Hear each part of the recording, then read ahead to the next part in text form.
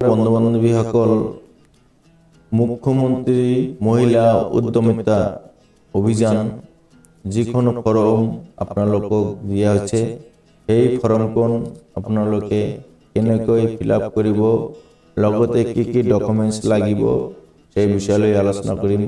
আৰু কেনেকৈ fill up কৰিব লাগে আমি আপোনাক ফুল প্ৰচেছ দেখাই আছোঁ, আপোনালোকে চাই থাকক।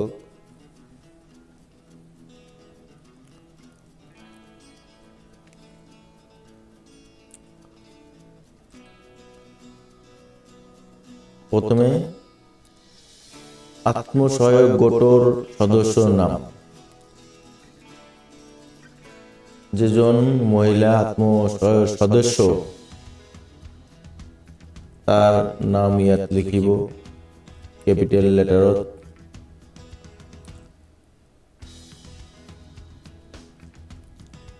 আত্মসহায়ক গোটৰ নাম, আপুনি যি গোটৰ হয় সেই গোটৰ নামটো ইয়াত লিখিব। আত্মসহায়ক গোটৰ MIS কোড নম্বৰ, আপোনাৰ সেলফ হেল্প গ্ৰুপৰ যিটো কোড নম্বৰ আছে ইয়াত লিখিব। মোবাইল নম্বৰ, আবেদনকাৰীৰ মোবাইল নম্বৰ ইয়াত ফিল আপ কৰিব।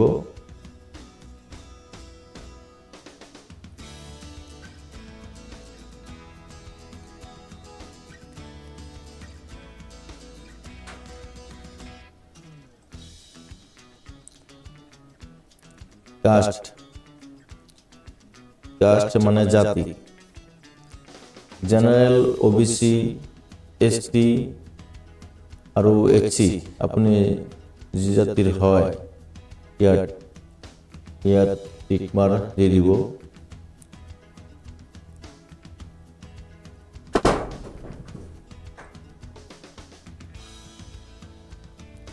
আবেদনকাৰী মৰাণ মটক জনগোষ্ঠী অন্তৰ্ভুক্ত হয় নেকি?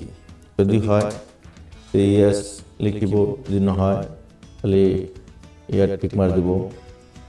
আবেদনকারী চাহ জনগোষ্ঠী অন্তর্ভুক্ত নেকি? আবেদনকারী চাহ জনজাতির অন্তর্ভুক্ত নেকি? যদি হয় ইয়েস, যদি নহয় খালি নো টিক মার দি দিব।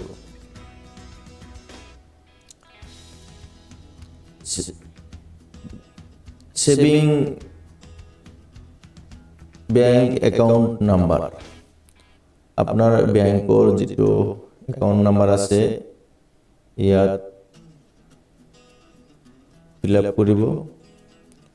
বেংকৰ নেম, বেংকৰ নাম ইয়াত লিখিব।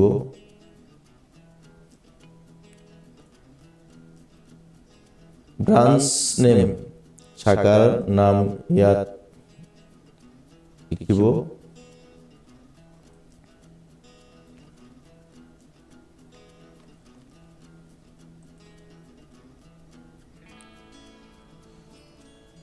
IFC কোড নম্বৰ ইয়াত লিখিব।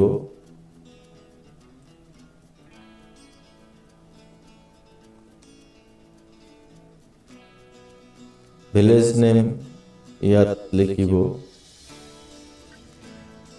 আপনার ভিলেজ নেম ইয়াত লিখিব।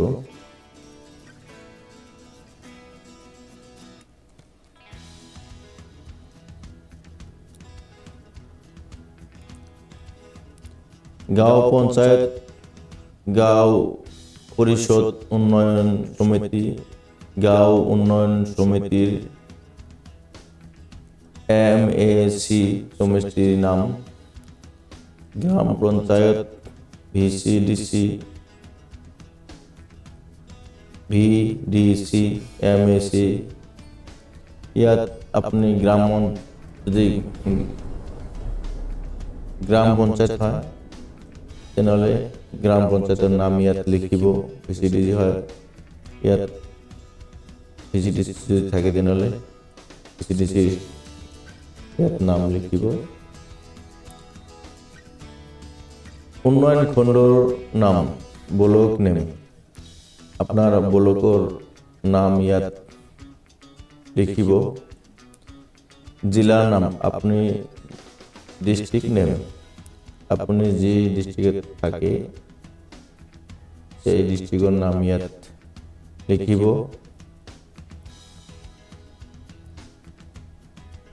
LAC নেম, বিধানসভা সমষ্টিৰ নাম, শেহতীয়াকৈ সমষ্টিৰ পুনৰ নিৰ্ধাৰণ আয়োগৰ প্ৰতিবেদন অনুসৰি আপুনি এতিয়া সমষ্টিৰ নতুনকৈ নাম নিৰ্ধাৰণ হৈছে, সেই অনুসৰি ইয়াত আপোনাৰ সমষ্টিৰ নাম ইয়াত লিখিব।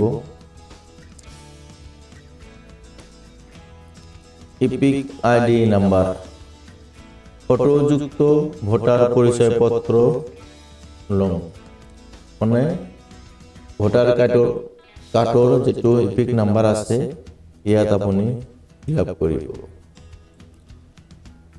ভোট গ্ৰহণ কেন্দ্ৰৰ নাম, পুলিং ষ্টেচন নেম, আপুনি যি চেণ্টাৰত ভোট দিবলৈ যায় সেই চেণ্টাৰৰ নাম ইয়াত লিখিব।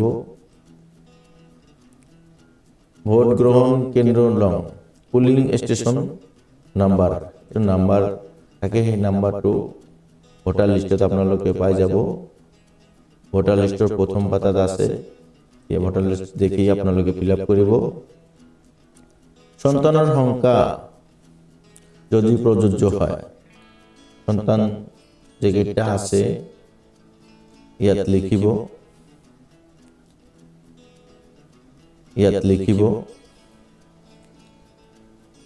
বিদ্যালয়লৈ বছৰৰ পৰা 14 বছৰ কন্যা সন্তানৰ সংখ্যা, যদি 3 বছৰৰ পৰা 14 বছৰৰ কন্যা সন্তান থাকে আপোনালোকে ইয়াত লিখিব।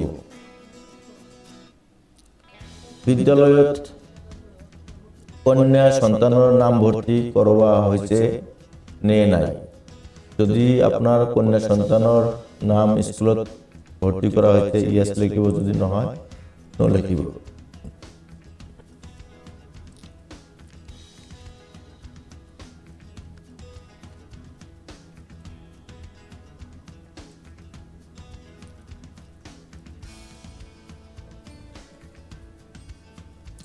সমৃদ্ধি বৃক্ষ আন্দোলনত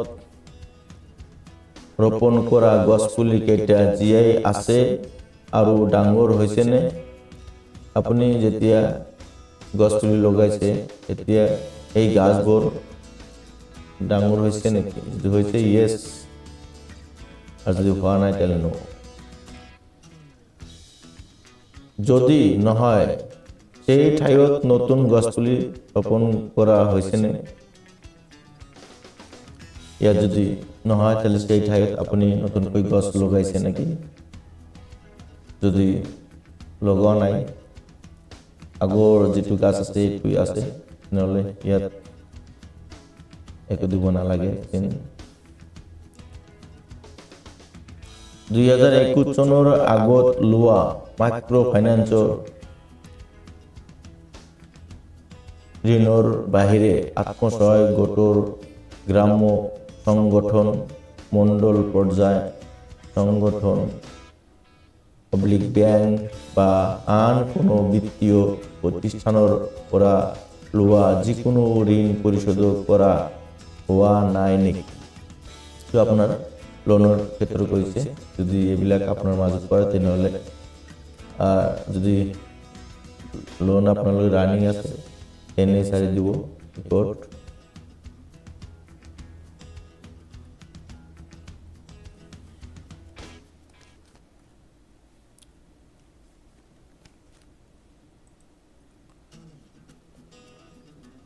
পুঁজিৰ দ্বাৰা গ্ৰহণ কৰিবলগীয়া অৰ্থনৈতিক কাৰ্যকলাপ, আপুনি কি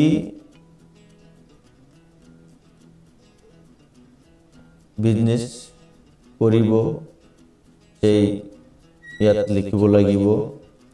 বিজনেছখনৰ নাম ইয়াত বহুত কেইটা বিজনেছৰ নাম দিয়া আছে, পিছত আপুনি যিকোনো এটা যি বিজনেছ কৰে সেই নাম ইয়াত লিখিব লাগিব। ঘোষণা, মই শ্ৰী আবেদনকাৰীৰ নাম ইয়াত লিখিব আৰু আবেদনকাৰীৰ স্বামী বা পিতাৰ নাম ইয়াত লিখিব।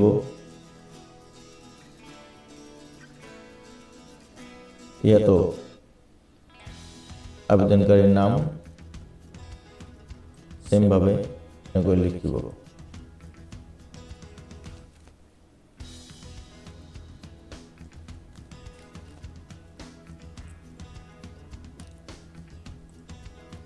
ইয়াত সিগনেচাৰ কৰিব আবেদনকাৰী আৰু প্লেচৰ নাম লিখিব।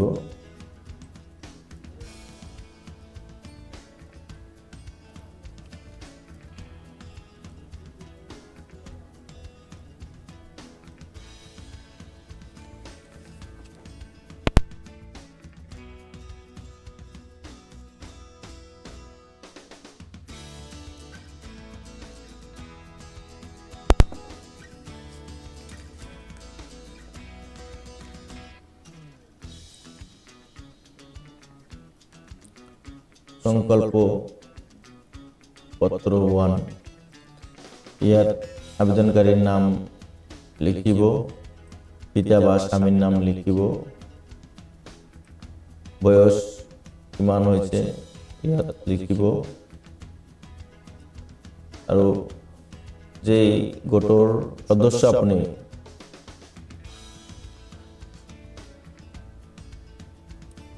গোটৰ নাম ইয়াত লিখিব আৰু এমআইএছ কোড নম্বৰ ইয়াত লিখিব। ইয়াত সিগনেচাৰ কৰিব।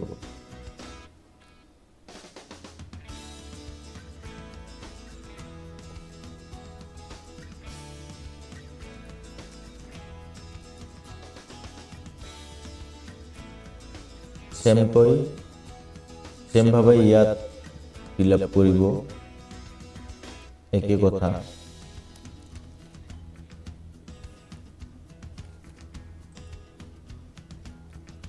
আবেদনকাৰী ইয়াত সিগনেচাৰ কৰিব আৰু সাক্ষীৰ সিগনেচাৰ লাগে। ইয়াত মোৰ উপস্থিত আবেদনকাৰীয়ে তাৰিখ সত্য ঘোষণা কৰি স্বাক্ষৰ কৰিলে। এজন সাক্ষীৰ নাম ইয়াত লাগে দিব লাগিব, সিগনেচাৰ কৰিব লাগিব। সেমভাৱে ইংৰাজীতে দিয়া আছে সেমভাৱে ইয়াত ফিল আপ কৰিব।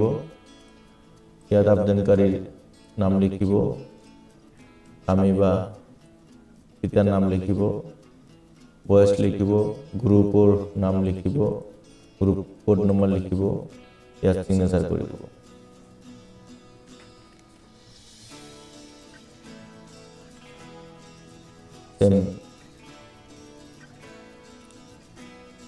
অমৃত বৃক্ষ আন্দোলনৰ অংশৰূপে স্থাপন কৰা পুলিকেইটা ফটো। আপুনি যেতিয়া বৃক্ষৰোপণ কৰিছিলে এই গছপুলিৰ ফটো ইয়াত দিব লাগিব, দুটা ফটো ইয়াত দুটা ফটো দি দিব। ইয়াত ফটো দুটা দি দিব, ইয়াত এটা ইয়াত এটা।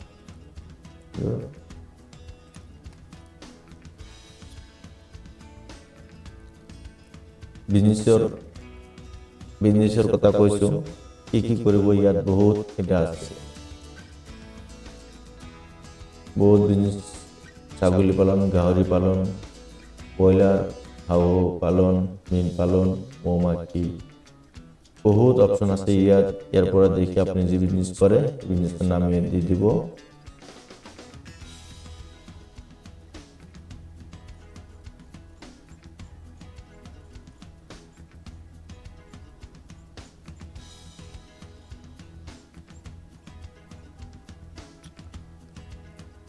সম্পূৰ্ণ ভিডিও চাই থাকাৰ বাবে ধন্যবাদ।